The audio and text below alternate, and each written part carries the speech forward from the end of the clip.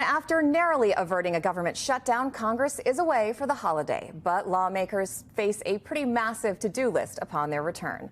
NBC's Julie Surkin is reporting from here in Washington, D.C. All right, Julie, kick it off. What have we got on this congressional to-do list? What's the first thing they need to tackle when they come back to work?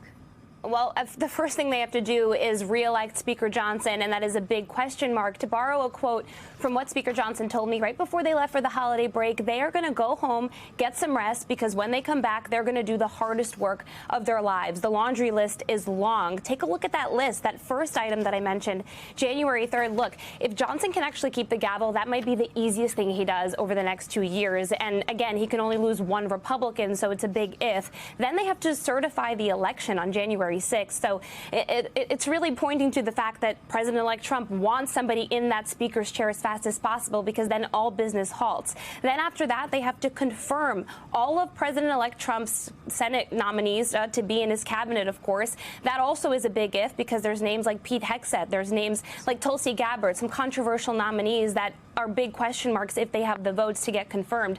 Then they have to fund the government again ahead of that March 14 deadline, address the debt ceiling. That was that 11th hour demand that President-elect Trump had for Speaker Johnson, something they failed to do before the holidays. They have to address those expiring Trump's tax cuts later in the year. And by the way, Trump wants them to do something on immigration and border security, maybe within his first 100 days.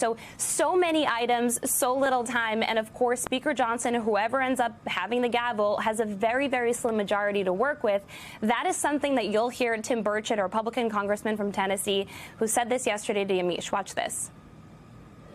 Let's look at the reality. What are we going to have, a 3-person majority or a 5-person majority, whatever? A good case of the flu, ma'am, and the Democrats are back in the majority. So I think the reality is that he knows he's going to have to work with us. And you know good and well there's not a Democrat out there that will work with President Trump unless they switch parties.